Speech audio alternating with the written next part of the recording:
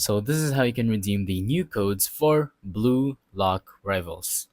So this is how you actually redeem the codes. As you can see, this is the layout of the main game, and at the bottom you have play, styles, flow, shop, inventory, stats, codes, and settings. Obviously, you're going to want to tap on codes, which is at the second to the last option. After you do that, this bar will pop up so that you can use codes and then gain the perks from those codes. Now, what are these codes that we can use? What are the new codes that we can use? Well, I'm gonna go on ahead and open up a website right here, and these are the currently working codes.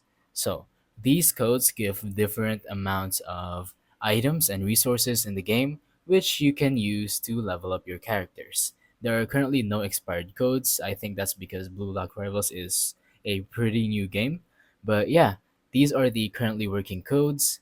There are only three of them, so if you want to look for more, you have to search on it every day. So all you have to do is search for Blue Lock Rivals codes, and then you will see links like these which show you the codes for certain games. You can use this method whenever you're trying to look for codes in the other games. So for example, if you're looking for codes from, let's say, blocks fruits, you can search that up, like for example blocks fruits codes, and it's going to pop up. So that's about it for this video. Thank you for watching.